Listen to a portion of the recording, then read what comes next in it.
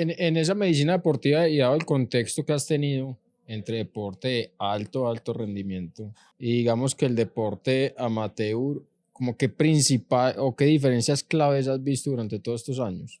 El alto rendimiento es un trabajo. El alto rendimiento es madrugar o trabajar 8 horas, comer y dormir. Y le pagan por eso. Y usted tiene que ir a rendir. Usted no puede darse el lujo de, no, y no quiero ir a entrenar, o hoy estoy cansado. No, ese es su trabajo. El deporte amateur para mí es salud y recreación. Los runners no tienen que hacer su personal best. Tienen que terminar la competencia y que no les vaya a pasar nada y que no se vayan a lesionar.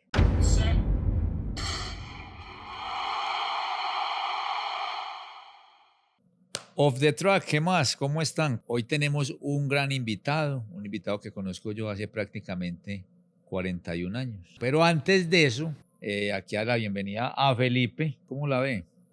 Brutal, capítulo súper distinto de todo tipo de invitados y este me motiva mucho y me apasiona mucho porque de que arranqué a practicar deporte soy full convencido que la ciencia suma y que la ciencia puede cambiar muchas cosas de la forma en que hacemos las cosas o como entrenamos. Entonces, Juan Carlos, bienvenido al podcast. Un placer tenerlo acá. Bueno, muchas gracias por la invitación, Felipe, Diego.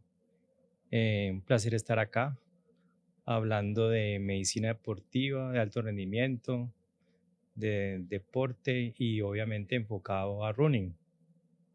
Bueno, Juanca, pues le digo de confianza, pues, entonces, bueno.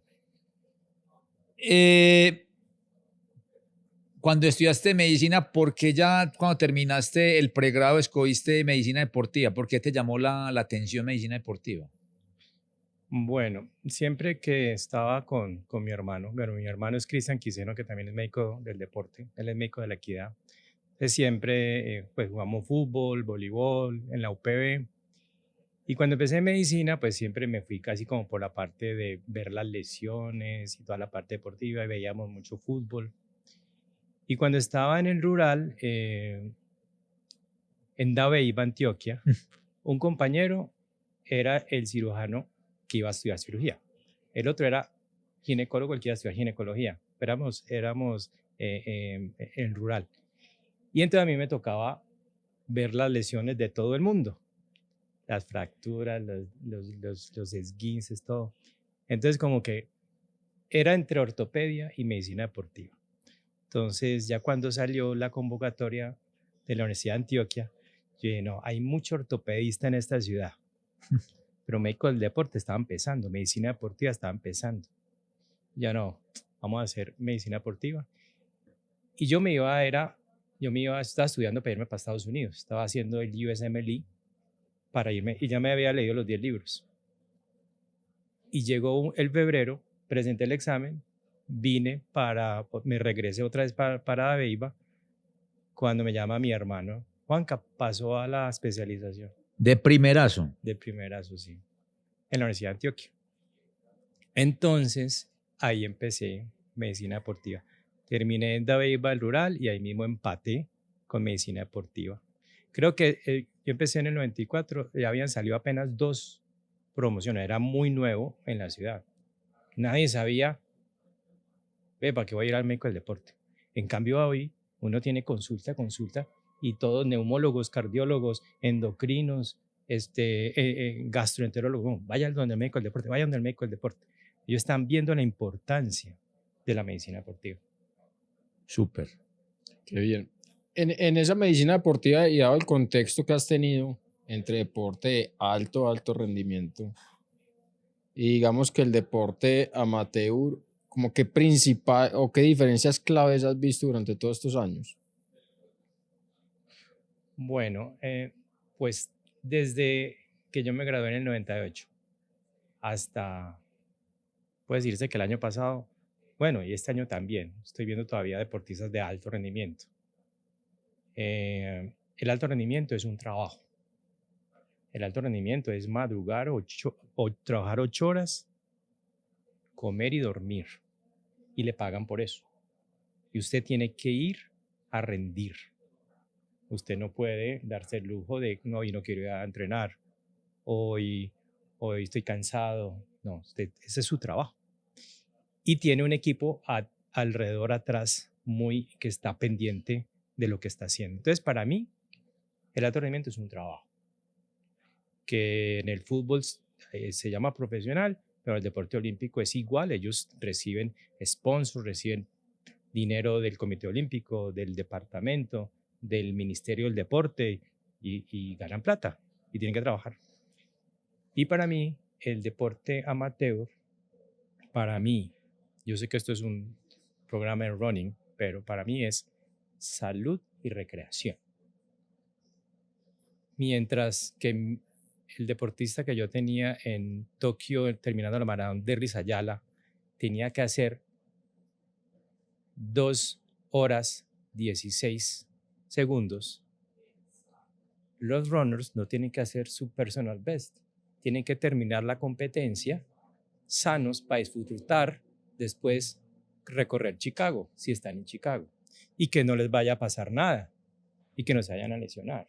Entonces yo lo veo más como salud, recreación. Claro que lo que sí he visto es que ya está muy organizado, ya está muy planificado, ya la gente tiene su plan, ya la gente periodiza, ya hacen su recovery, hacen su recuperación, ya tienen asesorías nutricionales, ya hacen asesorías de cardiólogos, de médicos del deporte. Pero esa es como la diferencia que yo veo de un mundo que es el alto rendimiento, que usted va a competir, a ganar, no, así no sea en la primera, pero en la segunda tiene que ir, la tercera. Y en la otra que es algo que yo le digo que es más de salud y de poder hacer algo diferente, porque ellos tienen que seguir trabajando, estudiando y tener hijos. Juanca, dentro de todos los 5 olímpicos que has estado, logros destacables, de pronto creo que en el deporte yo me acuerdo de uno que estabas presente en Sydney 2000, que fue la primera medalla de oro para Colombia, que fue con María Isabel Urrutia. Pero digas, ¿qué logros que te haya tocado, que fueron muy importantes para el deporte colombiano, ¿no? También pues para el deporte en Paraguay, que estuviste allá en los Olímpicos de Tokio? Bueno, lo que pasa es que uno no es el médico de todas las medallas, ni todos los deportistas. Uno tiene asignados unos deportes. Yo he ido a 5 Juegos Olímpicos y siempre he escogido los mismos deportes en los que era bueno, soy bueno, o bueno, tengo experiencia. Y entonces siempre era natación, los deportes de combate, ciclismo, ¿cierto? Ciclismo pista. Entonces, curiosamente, los que ganaban eran otros. Era levantamiento de pesas, BMX, y nunca me tocaban a mí, pero...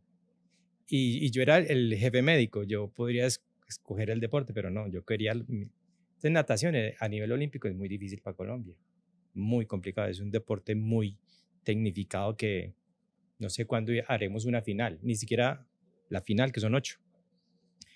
Y me tocaba boxeo. Y en boxeo siempre, por muchas circunstancias, porque nosotros llegamos a tener un alto rendimiento, pero no fue desde el 2000, como dice Diego, fue a lo último casi que desde Londres. Pasaron 12 años. Pasaron 12 años en que el deportista ya se concientizó en que esto era de verdad y que esto era con responsabilidad y disciplina y que se tenía que acostar a la hora que era. Entonces, ya para Río, ya sí, deportes que tenía a cargo, como el boxeo, hizo Juvergen medalla de plata y Ingrid Valencia medalla de bronce.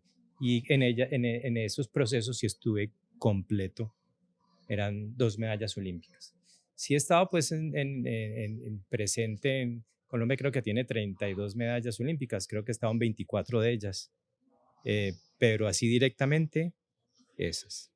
Y bueno, y con el Comité Olímpico Paraguayo, eso era con Colombia, que con el Comité Olímpico Paraguayo me tocó acompañar, bueno, los deportes en que Paraguay es bueno, pero obviamente es un país que está surgiendo muy fuerte, muy bien, pero de todas maneras son posiciones de 20, 30 que están surgiendo. Con ellos estuve en remo, por ejemplo, que aquí no se ve bien, no se escucha el remo. Estuve golf, tenis, atletismo, maratón, estuve en una maratón Con allá Derlis Ayala. en Sapporo, sí, con Derlis Ayala. Sí que le fue bien, pero hubiera podido ser un poquitico mejor, pero le fue bien. Entonces, pero a nivel olímpico, la pregunta, ¿qué fue lo más destacado? Lo más destacado para mí es que el deportista colombiano aprendió que él no gana solo, que hay un entrenador y hay un equipo detrás y que él tiene que ser muy responsable y muy disciplinado. Porque es que yo siempre me preguntaba, ¿por qué gana el alemán? ¿Por qué gana el americano? ¿Por qué gana el australiano? Porque es que cuando el entrenador o el médico le decía, acuéstese, porque tiene que dormir 9 horas, el que ganaba se acostaba. Y de pronto el de nosotros no. Ya aprendió que ahí gana, durmiendo, comiendo lo que dice la nutricionista, haciendo las técnicas que le dijo el psicólogo. Pero de todas maneras todavía tenemos esa, digamos, no indisciplina, sino que, digamos, una cultura. Y que yo lo he llamado la cultura del alto rendimiento, que la venimos fomentando en Colombia desde el año 2000. Mire que no es mucho, son 25 años de cultura deportiva. Y la cultura deportiva del alto rendimiento es muy complicada, sobre todo que necesita mucha plata. Porque es que nosotros empezamos en el 2000 de deportista viaja solo, no funcionó. Deportista viaja con entrenador, no funcionó. Contratemos metodólogos. Los metodólogos son unos expertos en planificar el deporte. Ya mejoró la cosa. Listo, consigamos un equipo de ciencias. Listo, mejoró. Vayamos a todas las competencias. Mejoró.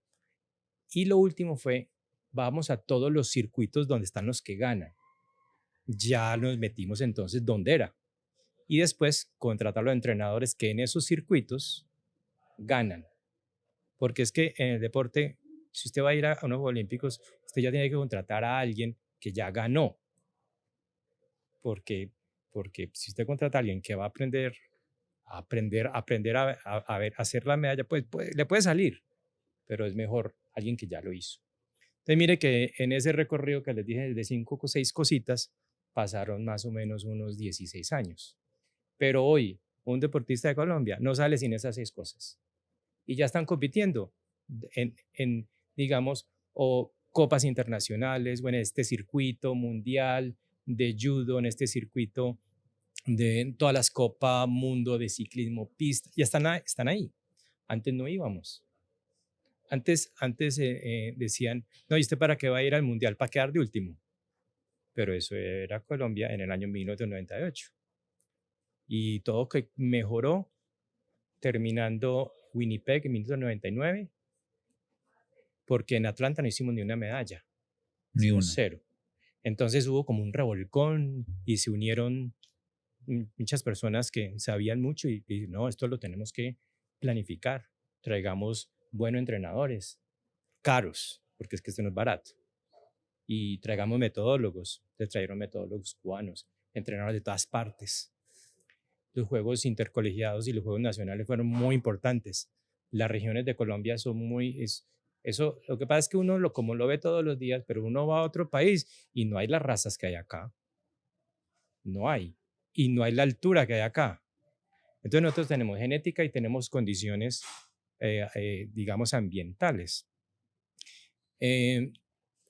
Entrenadores, los juegos nacionales, y llegó un momento en que surgió lo de la telefonía móvil y se hizo un impuesto a la telefonía móvil, y entonces ese impuesto a la telefonía móvil, que fue en el 2003, dio mucha plata, porque en esa época nadie tenía celular. Entonces, un impuesto a la telefonía móvil dio mucha plata al deporte.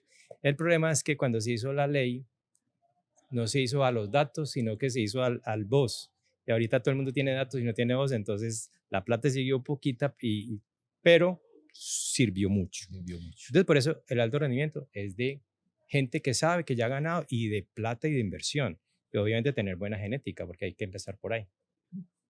De todos los deportes que has estado involucrado, ¿tenés alguno favorito que dices que me encanta trabajar o medir o puedo aportar mucho en esta modalidad?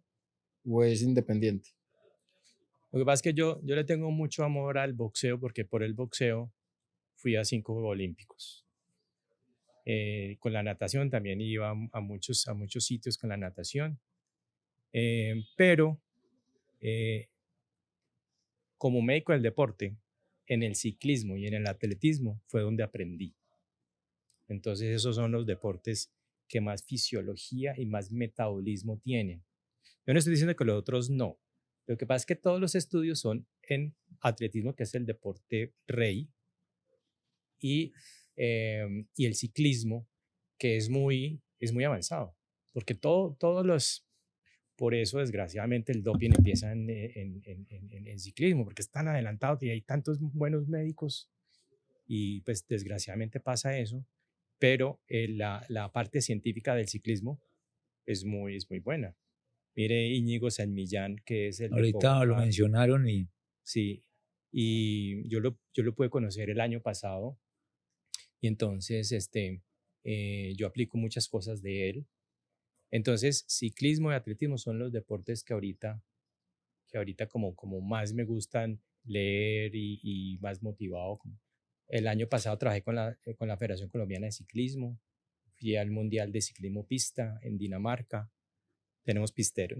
Es que el ciclismo tiene todo, tiene ruta, tiene pista buena, tiene BMX bueno, tiene mountain bike bueno, tiene freestyle. Ciclismo en Colombia es el mejor de América. ok. Ya para empezar a entrar yo sé que el tema que más va a concentrarse la conversación, eh, hoy que ya también estás recibiendo atletas a nivel aficionado, tanto en running más que todo, ¿cuáles son como esos errores que estás viendo mucho en estas personas que están iniciando un hobby, una práctica saludable, que quieren correr maratón, media, con lo que viene ocurriendo también de muerte súbita en algunas carreras, en algunas distancias? Como que estás viendo que puede faltar como en temas de conciencia, de preparación, de un acompañamiento médico.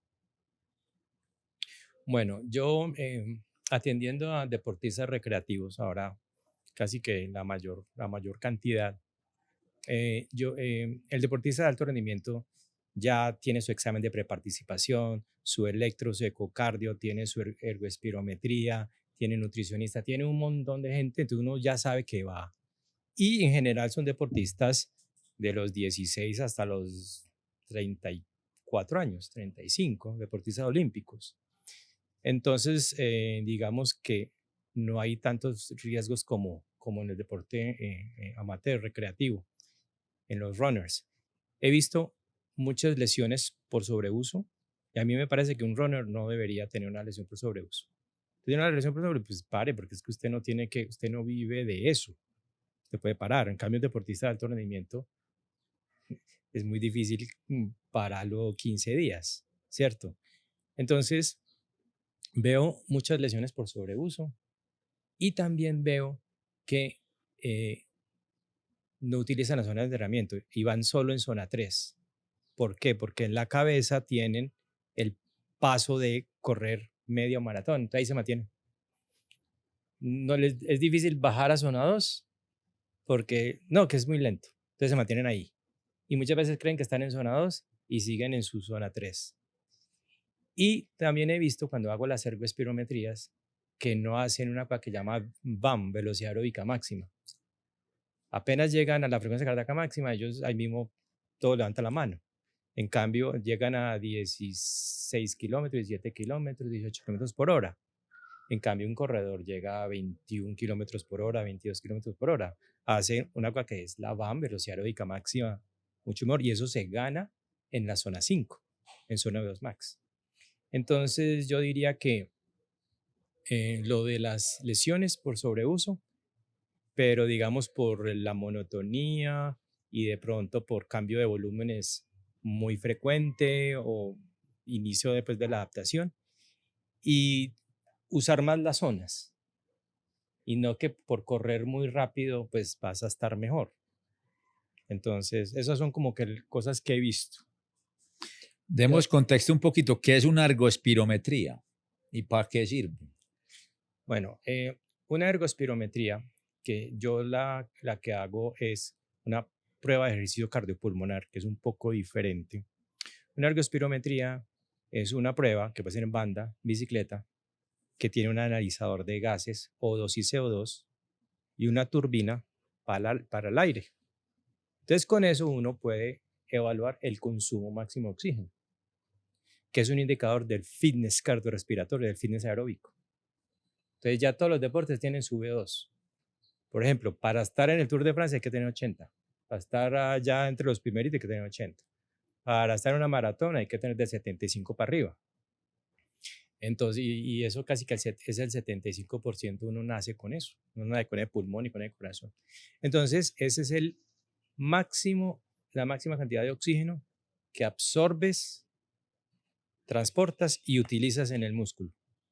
Y se hace a través de un equipo que se llama un carro metabólico que tiene medidor de O2 y CO2. Prueba cardiopulmonar es porque se adiciona un electro, se utilizan unas variables cardiovasculares y se compra el módulo de espirometría para ver las variables pulmonares. Entonces, en ese mismo recorrido del consumo de oxígeno del ambiente que pasa por pulmón, corazón, hasta el músculo, hasta consumirse en la mitocondria, y si el VO2 no le dio el que tenías que tener para tu edad y tu sexo, uno con una prueba cardiopulmonar puede saber quién fue el culpable, el pulmón, porque tiene asma, bronquitis, EPOC, o una enfermedad restrictiva intersticial, o una enfermedad cardíaca, por ejemplo, una isquemia, una aterosclerosis coronaria, está empezando una insuficiencia cardíaca, tiene una valvulopatía, como me ha tocado corredores que no están en un 21K y se sienten mal y tienen un problema valvular. Entonces y también patologías periféricas como problemas mitocondriales, musculares, desacondicionamiento, sobrepeso, obesidad. Entonces uno con una prueba cardiopulmonar uno puede ver todo eso. Con ergospirometría es más de deporte, en que uno ve el VO2, umbral 1, umbral 2, y con eso se sienta uno con el entrenador, con el deportista, y le pone sus zonas, sus umbrales, ve mejorías. Con una prueba cardiopulmonar es para ver la capacidad funcional, si está alterada, y quién es el causante de esa alteración de la capacidad funcional. Ahí súper chévere y que tocas el tema de zonas. ¿Cómo explicarías a alguien el primer acercamiento a las zonas? Bueno, las zonas, yo las explico, cuando yo hago una prueba cardiopulmonar, yo las explico con el metabolismo, porque al final es metabolismo. No es ni el porcentaje de la frecuencia cardíaca, ni el porcentaje de un V2, sino que es lo que va ocurriendo con el metabolismo. Entonces, hay que tener en cuenta la fibra muscular que usted empieza a reclutar. Entonces, digamos, desde caminar, trote, correr moderado, correr fuerte, hasta correr máximo. Hay que tener en cuenta la fibra muscular, después el sustrato que va a utilizar para esa fibra y después el metabolismo de ese sustrato. Entonces, zona 1. Bueno, en todos los deportes, todas las zonas se llaman distintas. Entonces, yo me he tenido que aprender diferentes idiomas porque usted al de ciclismo no le puede hablar como el de atletismo, al de atletismo no le puede hablar como el de remo, ni al de remo ni al de natación, que son totalmente diferentes, pero fisiológicamente son las mismas. Pero en running se llama la zona 1 de recuperación, recovery, ¿cierto? Es fibra 1, lenta, ST, que es sustrato, grasas, metabolismo lipolítico, la lipólisis. Y entonces se utiliza más para el calentamiento, la recuperación activa, para acumular volumen y kilómetros. Y esa es como la primerita. Están empezando los metabolismos, pero principalmente fibras lentas, lipólisis. Zona 2, que es la que más hacemos énfasis. Entonces, fibra sigue siendo la ST, fibra lenta. Sustrato, ya es el pico de la oxidación de grasas. Se llama Fat Max. Entonces, si usted se hace una ergospirometría, que le digan cuál es su Fat Max, porque eso mejora con el entrenamiento. Y metabolismo, lipólisis, pero a la máxima oxidación de grasas. Entonces, la diferencia con la zona 1 es que es el punto en que las grasas se están utilizando más en esa fibra para producir ATP, para producir energía. Entonces, las grasas tienen una característica, que solamente se oxidan en la mitocondria. Entonces, esa zona es la que más produce biogénesis mitocondrial, o sea, más mitocondrias. Entonces, uno crea muchas mitocondrias, pero tiene que ser con tiempo, o sea, 45, 60 minutos y más. No se crea Lo mínimo de una buena zona 2 es ¿cuánto de duración? Para los que empiezan 2 horas hasta 3, 4 horas. ¿A la semana? Sí, a la semana. Okay. A la semana. Eso es por semana. Independiente, para vos, esa zona 2 es independiente del momento en que esté, o vos si consideras que zona 2 es base y cuando cerca de una competencia la zona 2 se baja bastante para meter más, o vos decís que igual los beneficios de la zona 2 es hasta el día antes de la carrera. Uno siempre tiene que empezar con, en el periodo de preparación general, volúmenes grandes a intensidades de zona 2, zona 3. Después, uno puede incorporar las otras zonas, pero siempre usted tiene que meter zonas 2, porque son las zonas de recuperar. De pronto ya no es para hacer la biogénesis mitocondrial y la capilarización y el corazón grande, sino para recuperar los días de calidad, las zonas 4 y la zona 5, para recuperar. Y generalmente hay que poner 2. Entonces siempre estás entre el 70 y 80% de zona 2. Entonces, la zona 2, fibras ST, slow twitch, lentas, sustrato, grasas, metabolismo de los lípidos, Fat Max. Entonces hace biogénesis mitocondrial, pero hacen otra cosa, además de la biogénesis mitocondrial. En la mitocondria, en la membrana mitocondria, se hace algo que le aprendimos a George Brooks, que es el padre del ácido del lactato. Se hace un transportador que se llama el MCT1. Y ese es el transportador que coge el lactato que sale cuando estamos en zona 4 y zona 5 y lo mete a la mitocondria a oxidarse. O sea, es el que le va a ayudar a que usted no se canse un día de zona 4. Por eso hay que hacer base. Porque además de que estás utilizando grasa, estás haciendo con eficiencia metabólica, estás ahorrando glucógeno para más adelante, estás haciendo un transportador para cuando vayas a producir lactato y el hidrogenión, que al final es el causante de la acidosis, y lo vas a poder oxidar ese lactato. Entonces, esas son como las ventajas de la zona 2. Y la biogénesis mitocondrial, tener muchas mitocondrias da mucha salud cardiometabólica. Y tener salud cardiometabólica es decirle a la gente que con el tiempo va a tener mejor salud, más longevidad y se va a evitar enfermedades cardiometabólicas, aterosclerosis, hígado graso, resistencia a la insulina. Entonces, la importancia de tener muy buenas mitocondrias. Esa sería la zona 2.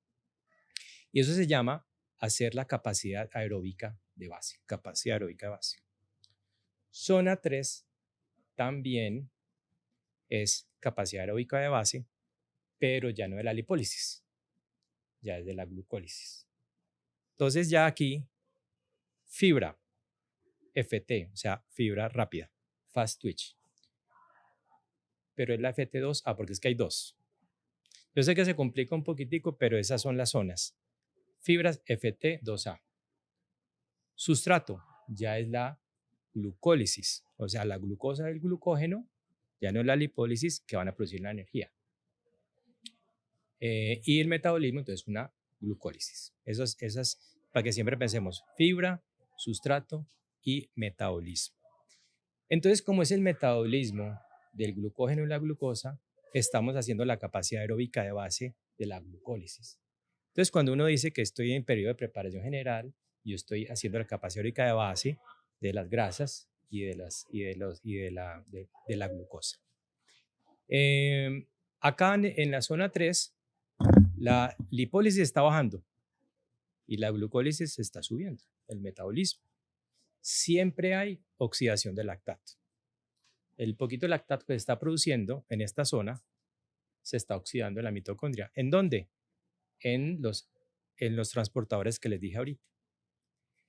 La zona 3 es importante porque se sigue adaptando el corazón, también hay biogénesis mitocondrial, y porque aquí es el marathon pace y el pace también de 21. Digamos que si es un rango, el rango bajo sería el del marathon pace y el rango alto sería el de 21. Entonces, ese sería como la zona 3. Y está entre los dos umbrales, entre el umbral aeróbico y entre el umbral anaeróbico. Entonces, es muy fácil de encontrar, porque dice que se haga con lactato o que se haga con gases respiratorios. Ese es el que está entre el BT1 y el BT2, o umbral de lactato 1 y umbral de lactato 2. Y sigue la zona 4. La zona 4 la llamaron umbral porque ese es el umbral anaeróbico que en medicina deportiva es muy famoso porque uno hace pruebas de curva de lactato. Entonces la zona 2, fibra, sigue siendo la FT, fast twitch, pero ya no la 2A, ya es la 2X, porque es una fibra totalmente, es glucolítica. O sea, rápidamente el glucógeno y glucosa pasa mucho a la parte que han llamado anaeróbica. No tiene que entrar a la mitocondria. En el citoplasma produce energía. Lo que pasa es que produce mucho ácido, entonces por eso es que uno fatiga. Hay lactato y hay un protón, un hidrogenión, que es el que produce la fatiga. La fatiga no lo produce el lactato, la fatiga la produce el hidrogenión, la acidosis. Entonces, fibra FT2X, sustrato glucosa, glucógeno, metabolismo, glucólisis oxidativa, porque va a la mitocondria, pero ya está empezando la glucólisis no oxidativa, más o menos en un 4, 5, 6, 7%. Por eso el lactato está entre 4 a 7 milimoles por litro. ¿Por qué es importante la zona 4? Porque estamos ya corriendo rápido, es una intensidad alta. Y estamos produciendo lactato, hidrogenión. Entonces, estamos produciendo, entonces nos estamos adaptando a intensidades altas. Pero ese producir lactato nos está construyendo una cosita, que es el otro transportador que faltaba, el MST4. Y ese es el que saca el lactato y el hidrogenión del músculo para que no se acidifique. Lo que se conoce como aclarando, que ayuda a aclarar. Exacto. Lo saca para que lo aclare. ¿Dónde? Donde habíamos hablado en la zona 2, en el MST1. Entonces, trabajar en zona 4 es trabajar rápido, producir lactato, pero producís ese transportador, el 4, MST4, para sacarlo y no se te acidifique la célula muscular, porque si usted se le acidifica la célula muscular, usted entra en fatiga y tiene que parar. Y ahí es cuando usted dice que mejoró el umbral. ¿Qué es mejoró el umbral? Que puede correr más rápido manteniendo niveles de lactato de 4, 5, 6. ¿Cuánto tiempo puede uno durar ahí? Exacto, la duración máxima de esa zona en un entrenamiento es de cuánto más o menos. Bueno, yo aprendí esta zona porque se evalúa mucho en ciclismo para hacer la contrarreloj. Entonces a uno, por ejemplo, si la contrarreloj en el Tour de Francia es de 45 kilómetros, entonces dura ahí más o menos 60 minutos. Uno es capaz de mantenerse ahí 60 minutos. Pues un élite. Sí, un élite. El récord está en 73. Los no tan buenos 30 minuticos. Pero por eso hay que trabajar ahí para producir buena glucólisis y esos transportadores que sacan el lactato para aclararlo. Entonces, usted puede ahí trabajar 60 minutos. El rango está entre 40 y 60, pero en atletismo no se trabaja así, sino que se trabaja por intervalos. Entonces, lo máximo que usted puede hacer ahí podrían ser de 20 minutos, 3 de 20. Ahí da 60 minutos, una hora. pero generalmente se hace fracciones medias. ¿Qué son fracciones medias? Por ejemplo, se hacen miles, que ahí duras 4 minutos. Puede ser fracciones de 4, 6, 8, hasta 10 minuticos, pero no más. Que no pasen de la hora. Con un minuto de pausa, para que usted pueda volver así intenso. Esa pregunta yo creo que es muy válida en este momento porque digamos que hay diferentes metodologías a la hora de correr, a la hora de entrenar calidad y es el descanso, en los fraccionados más que todo. La recuperación a veces es totalmente pasiva, o sea, quieta, o también hay personas que les gusta que se haya un trote de recuperación antes de la siguiente serie. ¿Qué es lo que más recomendado para la recuperación? Yo lo aprendí con recuperación pasiva. Yo he leído muchas formas, pero como a mí me la explicaron y como yo utilizo es la fisiología, usted al final, ¿qué quiere? Usted quiere correr a la velocidad de umbral, o sea que es rápido, mantener ese tiempo durante esos 1000 metros, 4 minutos o 5 minutos, y volver a hacer a la otra a la misma repetición. ¿Qué hace la pausa? La pausa te recupera el músculo. ¿Por qué? Las fibras lentas están recibiendo el lactato para aclararlo, para oxidarlo, y estás recuperando la fatiga que causó esos 4 o 5 minutos. Entonces usted, y la frecuencia cardíaca bajó 40 puntos. La subiste a 170, 175 y estás más o menos en 135 para hacer la otra. Entonces, la recuperación, si usted la hace pasiva, vas a recuperar más que de pronto ponerse a ejercitar. Pero también hay algunos protocolos en que utilizan caminar, otros a una zona 1, a una zona 2. Pero yo la que, digamos, recomiendo es, digamos, la que más hacemos, que también hacemos test, es 10, 12 miles con un minuto de pausa. Y eso da 50 minutos de entrenamiento. Y puede ser entrenamiento y puede ser test.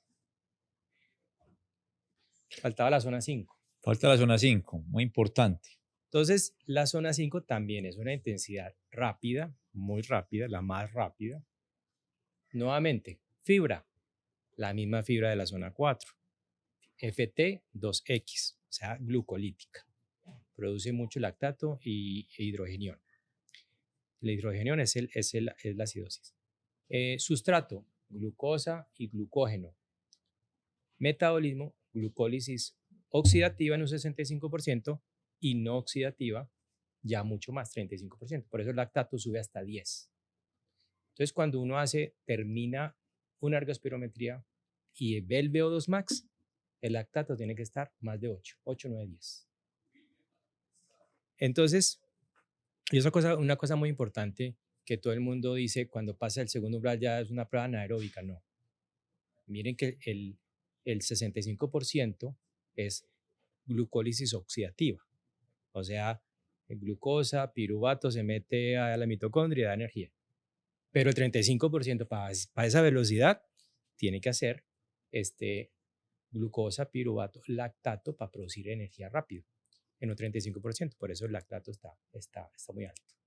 En un 35%. ¿Para qué sirve la zona 5? La zona 5 sirve para mejorar la velocidad. O sea, que usted neuromuscularmente usted pueda llamar esas fibras, reclutarlas, las fibras rápidas, y poder ser rápido. Que eso es la pregunta que usted me hizo ahorita, Diego, que es uno de los errores que he encontrado, que hay muy poca zona 5 en los runners, porque yo veo que apenas les toco la zona 5, un enemigo te levanta la mano y no son capaces. En cambio, un maratonista de alto rendimiento le hace ahí, le hace. Inclusive llega al V2 max y se queda 2 etapas más. Por eso ellos hacen meseta y hacen 2 etapas más, 1 kilómetro, 1 kilómetro más. ¿Para qué sirve la zona 5? Para mejorar el V2 max, para mejorar la velocidad aeróbica máxima, la potencia aeróbica máxima. Ahí el corazón está en su máximo funcionamiento, 32 litros por minuto. El pulmón está en su máximo funcionamiento, 180 litros por minuto. y el metabolismo, digamos, aeróbico glucolítico está en máximo funcionamiento. Entonces eso es para ver, lo llama potencia aeróbica más. Todo está como un motor al máximo. Y también hay que saber correr a esa velocidad. Entonces todas las zonas tienen mucha importancia.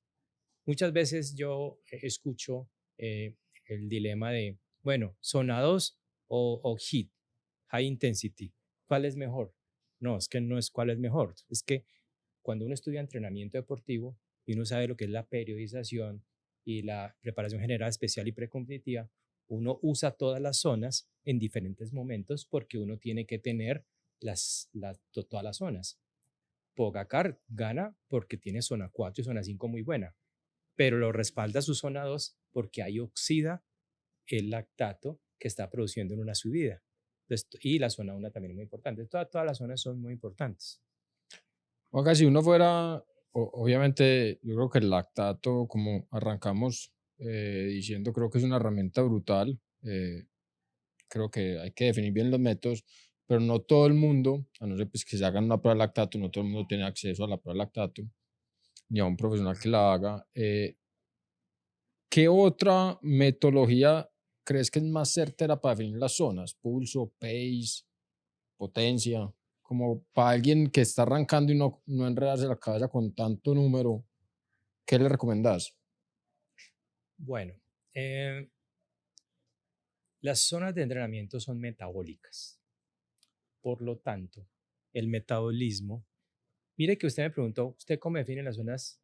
Y yo nunca le hablé de frecuencia. Mire que yo nunca le he dicho El 60-70% 70%. de la frecuencia cardíaca, porque es que la frecuencia cardíaca es el resultado de lo que está pidiendo el músculo, no al contrario. Entonces, tiene que ser un método que tenga en cuenta el metabolismo. Y hay dos métodos. La ergospirometría, porque te está viendo el O2 y el CO2 de lo que está ocurriendo ahí, que es lo que estamos hablando, lo que está ocurriendo en el ciclo de Krebs, en la mitocondria. Y el lactato, porque también es lo que está ocurriendo ahí. Entonces, esos son los dos. La forma de dar las zonas es con lo metabólico. Ergospirometría O2 y CO2 y lactato. Pero existe una que también es metabólica y es la ventilación. Entonces hay dos, que es el habla o la ventilación. Entonces en estos días hice unas ergospirometrías a unos triatletas, ellos tenían la nueva banda que mide la frecuencia respiratoria. Entonces yo le puse a ellos las zonas con pace, con frecuencia cardíaca, pero les puse la frecuencia respiratoria. Porque la frecuencia respiratoria es un indicador indirecto de cuánto lactato de hidrogenio se está produciendo, porque al final eso lo tiene que tamponar el bicarbonato, que eso se produce el gas carbónico que se disocia en O2 y CO2, y el CO2 se tiene que botar. Y para no botarlo tiene que hiperventilar. Entonces la frecuencia respiratoria es muy clave, si uno la puede censar para pasar para las zonas. Zona 2. Cuando yo hago una ergospirometría, siempre están entre 30 y 40 de frecuencia respiratoria, siempre. Entonces yo ya sé, bueno, sí, sigue en zona 2, porque es que uno todavía puede, respirando 38 veces, todavía puede hablar. Dificultoso, pero todavía puede hablar. Zona 3, ya estás entre 40 y 50 respiraciones. Ya ahí ya no puede hablar tanto, pero haces frases cortadas. Y en zona 4, como ya estás hiperventilando porque tienes que botar todo ese CO2, entonces ya ahí estás jadeando, haces de pronto una palabra. Y en zona 5, como el lactato es 10, ya usted ya no habla, porque la ventilación está en 70. Entonces no puedes hablar, porque por el mismo tubo o habla o bota el CO2. Entonces es el tercero, tener la ventilación, la frecuencia respiratoria con ese nuevo. Yo no me acuerdo cómo se llama la banda nueva que tiene ese sistema de frecuencia respiratoria. Hay que buscarlo. Pero ellos la tenían y entonces yo les puse en la zona la frecuencia respiratoria. Y el test del habla, esas serían las otras. Y en última instancia, porcentaje de la frecuencia cardíaca, esa sería en última instancia, porque es que, digamos que los tres tenemos 40 años y el 60%. Yo acabo de saber qué hemoglobina tiene usted, si su corazón es más grande, o si mi capacidad pulmonar es menor.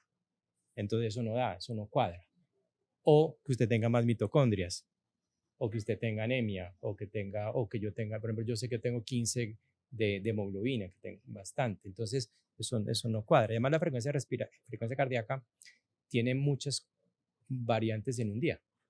El calor, la deshidratación, hay muchas cosas que cambian no dormir bien.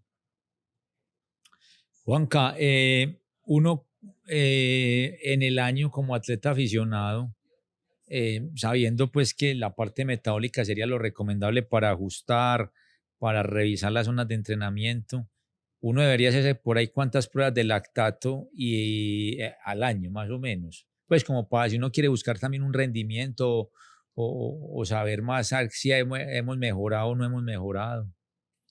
Bueno, en el alto rendimiento se mandan cuando uno ya ve que hay mejoras. Y esas mejoras se ven más o menos a las 12 semanas. Entonces, normalmente uno planificaba un control a las 12 semanas, o sea, a los 3 meses. Entonces, ¿uno qué busca? Si es una curva de lactato, que la curva se desplace a la derecha, ¿cierto? O si fue en estado estable, que corras a la misma velocidad, con frecuencia cardíaca y menos lactato. Más o menos, entonces uno espera adaptaciones. ¿Y uno qué adapta? El metabolismo. ¿Y en el metabolismo qué se adapta? Tener más enzimas. Entonces, si uno tiene más enzimas, entonces mejora, digamos, los controles. Y las enzimas se demoran más o menos 8, 12 semanas en hacerse. Entonces, por eso los controles son más o menos cada 12 semanas. Uno puede entrenarse para un tiempo en específico. Por ejemplo, yo quiero correr la maratón en 3 horas 5. Y digamos que mi última maratón fue 3 horas 15 en febrero de este año. Uno puede lograr con entrenamiento, con esas adaptaciones que pueda la prueba de lactato, con todos esos datos, buscar de pronto llegar a esas 3 horas 5 o esas adaptaciones dependen mucho de la genética del corredor, de la carga del entrenamiento, de la recuperación. O sea, ¿qué es importante en un plan de entrenamiento para maratón? Teniendo esos datos ahí, o sea, venga, usted quiere hacer 3 horas 5, hizo 3 horas 15, su lactato está así, en zona 2, le hicimos prueba de umbral de lactato en pista con estos miles, más o menos, venga, no, está muy lejano de su hermano, o cuando se puede dar uno cuenta que la meta que puede ser ambiciosa sí se puede dar o no. Pues usted tiene unas zonas. Digamos que yo sé que usted hizo una ergospirometría, entonces usted sabe su zona 3, que es su marathon pace. Y cuando usted se siente ya con un entrenamiento y ha mejorado, digamos, la frecuencia cardíaca, el lactato en esa zona, posiblemente usted mejora su tiempo. Pero lo que pasa es que en una maratón pasan millones de cosas. Entonces es muy difícil uno decir que voy a hacer tanto tiempo porque digamos, hay que ver la temperatura del día. Hay que ver si estamos el jet lag, porque es que eso es otra cosa. Ustedes se van faltando 2 días y en alto rendimiento eso no ocurre. En alto rendimiento uno se va faltando 15 días, porque uno se adapta a todo, inclusive a la altura. Entonces, yo pienso que uno pudiera, con la prueba que sale, decirle, sí, voy a hacer 3 horas 5, pero hay que ver qué pasa ese día. Con Derlis pensábamos hacer 2 horas 16, 2 horas 12 creo que era. En Tokio. En Tokio. Hicimos 2 horas como 20, 22. Tuvo diarrea en la mitad. Está haciendo mucho calor en Sapporo. Y esas 2 cosas le alteraron la carrera. Pero de todas maneras quedó una buena posición, porque hacer 2 horas 18, 2 horas 20 que hizo es bueno. El que ganó creo que hizo 2:10, 2:12. Entonces, sí, obviamente usted tiene test que le pueden decir, pero hay que ver ese día ya de cómo amanece. Yo creo que eso es muy relevante porque lo hemos discutido en otros podcasts que la tecnología es una herramienta, pero yo creo que la gente se mete el número. Y a dónde voy, no sé qué pensás, pero yo creo que el lactato es una herramienta súper válida para definir de una forma mejor eficiente o una forma más eficiente el entreno, pero no necesariamente para la estrategia de carrera. Puede ser que para la estrategia de carrera es un check, pero lo que sí, la gente se mete un paisano, es que el lactato me dijo tanto y se olvida, está haciendo más calor, entonces se olvida que tengo que hidratar más, sino que se mete aquí como el lactato me dijo que yo podía aguantar estos ritmos, entonces me voy all in, mientras que creo que es una herramienta más para volver más eficiente todo el proceso de entreno y no únicamente que mucha gente hace, y la verdad, me ha tocado, mucha gente hace el lactato es una semana antes y no la hizo para, para el entreno, sino que una semana antes digo, estoy listo, este es mi ritmo. Y lo que sí, es el día de la carrera, es que el día de la carrera usted va a dar lo mejor, pero usted no sabe ese día cómo levantó. Sí, las variables que hay en una carrera son muchas. Y hay que aprenderlas en maratón, maratón, a maratón y copiarlas, anotarlas. Bueno, mira, el desayuno, esto creo que fue lo que me cayó mal. Entonces la próxima voy a hacer esto. Y la levantada está muy dura a esta hora y bueno, tengo que levantar más bien a las 4. Y son todas las cositas que hay que hacer, como un checklist, un plan de lo que funcionó, de lo que no funcionó. Y sobre todo que hay que asesorarse, hay que tener su nutricionista, hay que tener su médico del deporte, hay que tener su entrenador que le hace la táctica, ¿cierto? Entonces ya hay que tener todo eso y ir a la carrera y hacer muchas carreras hasta que uno ya tiene como digamos, como su plan de carrera, su táctica, y cuando todo está bien y le sale, usted hace su 305, porque me volvió la pubalgia, ¿cierto? Mucha gente, te vas con 48 horas y entonces el jet lag te va a matar porque en el avión no duerme nadie. Entonces son cosas pues que usted aquí sí la hizo, pero allá no la va a hacer. Hemos hablado de nutrición, del entrenamiento como tal, del médico deportólogo que tiene que estar prácticamente un deportista ahora que busca rendimiento, tener un médico de cabecera por cualquier circunstancia que aparezca en el entrenamiento. Pero un tema que me parece muy importante, que a veces que es lo que le da más pereza al atleta y es el trabajo de fuerza. ¿Qué porcentaje tiene la planificación de fuerza para un corredor aficionado más que todo? Porque digamos que el aficionado tiene eso ahí como que sabe que hay que hacerlo, pero le da pereza o no le da la estructura que le debe dar. ¿Qué porcentaje de importancia tiene la fuerza en un plan de entrenamiento para un corredor de fondo? Aficionado claramente también. Sí, cuando se le pone fuerza en un plan, creo que todos los deportistas deben hacer fuerza. Todos los deportistas. No creo que haya un deporte que no haga fuerza. Porque ya en el atletismo, ¿para qué sirve? Uno, te va a dar más resistencia muscular y esa resistencia muscular te va a disminuir las lesiones, porque las lesiones por sobreuso, porque el músculo no resiste. Entonces, estás dando resistencia muscular. Cuando usted tiene una lesión por sobreuso, generalmente es que el músculo no resistió, no le falló la fuerza. Entonces, ¿qué sigue después del músculo? El tendón. Entonces, da tendinitis. ¿Qué sigue después del tendón? El periósteo, da periostitis. ¿Y qué sigue después del periósteo? El hueso, entonces da fractura por estrés. Cuando usted ya no tiene fuerza, la cadena muscular ya no tiene fuerza, va a la otra cadena y a la otra cadena y a la otra cadena. Entonces, fuerza para tener más resistencia muscular y disminuir lesiones.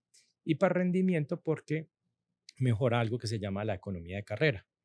Porque cuando uno tiene más masa muscular, más fuerza, uno puede tener un mejor paso consumiendo menos oxígeno. Eso se llama economía de carrera.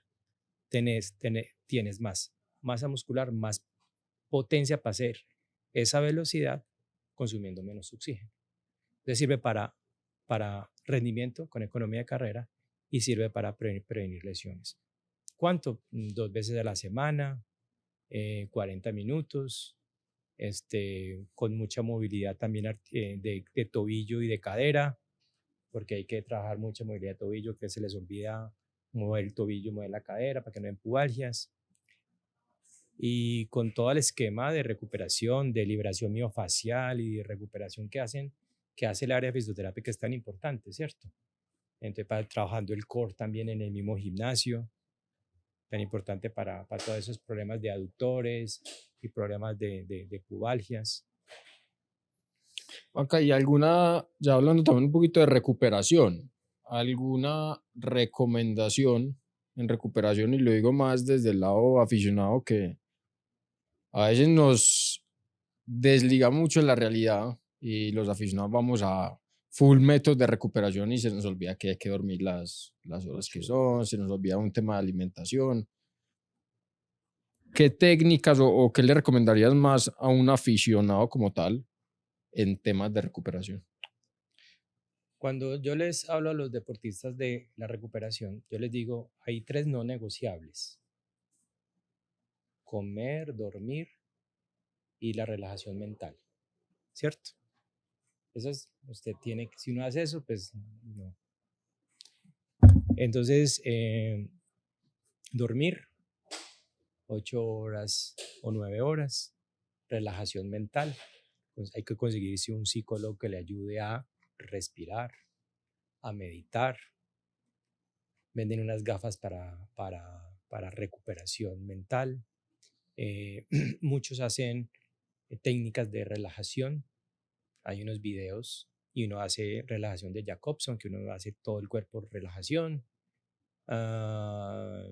O se pone uno, mira, estoy hablando de la parte psicológica, relajarse, muchos se ponen a hacer una cosa totalmente diferente a su actividad para que la mente esté pensando en otra cosa. Dormir, relajarse y comer, ¿cierto? Comer es recuperar después del día de calidad. Carbohidratos, proteína, hidratación. Esas son las 3. Carbohidratos 60-90 gramos, proteínas unos 20-30 gramos, hidratación 1.5 veces lo que perdió de peso, ¿cierto? Con líquido y electrolitos. Todo lo que sabemos. Lo que pasa es que nosotros lo sabemos, pero cuando lo vamos a hacer no lo hacemos. Entonces esa es la cosa. Entonces yo lo digo es porque uno a veces tiene que hacerle, ve, mira, ahí van los 90 gramos de carbohidrato, pero viene la proteína. No, pero es que ya es que ahorita voy a almorzar. No, es que hay una ventana fisiológica para eso. Tómatelo ya. No, doctor, tráigame el agua. O no, solamente el agua. Entonces, a veces, estaba hablando de alto rendimiento, porque como yo trabajo con deportistas de alto rendimiento, a veces esa recuperación también les cuesta. Luego hay unos que sirven, por ejemplo, ayudas ergogénicas. Entonces, ahí tienen que ir a un médico deportólogo, a una nutricionista, pero normalmente se utiliza la creatina, se utiliza el omega 3, la vitamina D, la remolacha, el tart cherry, que ahorita estuvo muy famoso en el Tour de Francia, sí. el Tour de Francia, el cúrcuma, la granada. Todo eso, básicamente se dieron cuenta que eso tiene polifenoles y hace antioxidante y disminuye la inflamación. Entonces, básicamente todas hacen eso, porque uno en un día de calidad lo que hace es ruptura muscular, ¿cierto? Por eso la crioterapia. Entonces, esas son las ayudas ergogénicas. Esas, las que les dije ahí, son las que tienen evidencia más alta. Hay un montón, pero no tienen tanta evidencia. Luego, hay otras que sirven. Por ejemplo, las botas de compresión sirven. Hacer el foam roller, eso hay que llevarlo para todos lados.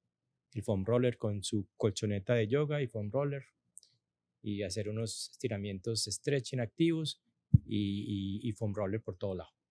Hay unas apps muy buenas que uno hace en el punto donde cierta como más contractura. Y crioterapia, ¿cierto? Terminar con crioterapia, inclusive hacerla en el hotel, para que uno se duerma con ese frío. Porque una cosa, un error que cometíamos era que hacíamos crioterapia, después hacían masaje, entonces quitaban el frío, ¿cierto? Y los 3 que menos funcionan es el masaje, ¿cierto? Digamos los estiramientos y la corriente, ¿cierto? Ok. ¿Cierto? Eso es como que, entonces, pero hay unos que no son, digamos que lo que yo les digo a ellos, porque es que ellos terminan, los deportistas terminan y quieren que le hagan masaje. Pero no, usted ya comió, ya se tomó su proteína, ya se tomó sus ayudas ergogénicas, Primero ya lo básico. primero haga su relajación mental. Yo a todos los pongo a respirar, a todos los pongo a respirar. Una app, se llama The Breathing App, 10 minuticos, respirar para que vuelvan, que estaban en 180, para que vuelvan a 60, para que el simpático se desactive y empiece el parasimpático, porque es el que recupera. Ok. Bueno, un gran capítulo de hoy, desde entrenamiento, fisiología, recuperación, con una persona con demasiada experiencia, con deportistas élites, ya lógicamente ya acá en Medellín, recibiendo todos estos atletas aficionados que están corriendo hoy en la ciudad, dándoles todo lo que necesitan desde la parte médica, como decía Juan Carlos ahora con la evaluación cardiopulmonar, también ya pasando al tema de rendimiento con pruebas de lactato, la misma ergoespirometría que se hace. Entonces yo creo que un capítulo que disfrutamos mucho porque Felipe y yo pues corremos y nos encanta pues los datos. Yo uso pues la metodología de Juan Carlos para la planificación de entrenamientos de mi equipo, entonces voy como muy en esa línea metodológica que él manifestó ahora. Y bueno, Juanca, pues muchas gracias por recibirnos, por recibir la invitación de Off the Track. Yo sé que usted no es muy de redes sociales, pero diga sus redes sociales, dónde lo buscamos, que yo sé que este capítulo a mucha gente le va a llamar la atención para buscarte, para asesoría médica, para todas estas evaluaciones importantes a la hora de correr. Entonces, redes sociales o cómo lo contactamos. Bueno, no, muchas gracias por la invitación. Es también una conciencia a todos los corredores y también a los ciclistas recreativos es muy bueno hacer actividad física, pero tiene que ser con un entrenador y con un guía, y también tiene que ser con salud, tienen que buscar un médico del deporte y también buscar un cardiólogo también, porque entonces con cardiólogo, yo trabajo con un cardiólogo, con Ricardo Fernández, trabajamos en la clínica en SICOR, es una clínica cardiovascular, y ahí hago pruebas de esfuerzo cardiopulmonares, y como él es el cardiólogo, entonces apenas vemos algo, ahí mismo digo, Ricardo, vení, mira, porque me ha tocado muchos problemas en corredores valvulares de enfermedades de coronarias con aterosclerosis, y uno cree que no, y sí ocurren. Sí ocurre. También estoy trabajando con el doctor Héctor Vargas en la clínica Medellín con pacientes con obesidad, sobrepeso, obesidad. Les pone el balón gástrico y yo los asesoro para que cuando les quiten el balón gástrico sigan con actividad física y con nutrición, porque para que no vuelvan. Entonces también están trabajando mucho la zona 2. Y la zona 2 de ellos es distinto. La zona 2 de ellos es caminando al principio, después caminando trote. Y además ellos no son corredores para ir a un 21K o una maratón. Ellos son corredores por la vida. Runners for life. Quieren para longevidad, para quitar que esa patología no les cause más problemas cardiopulmonares y metabólicos. Y El Instagram. Y en el Instagram, Juan Quiseno MD, ahí ese es mi Instagram. Tengo consulta particular también, me pueden contactar ahí. Súper, yo creo que un súper invitado y que más que un médico que ha tenido 5 veces de experiencia olímpica, yo creo que eso lo hice todo.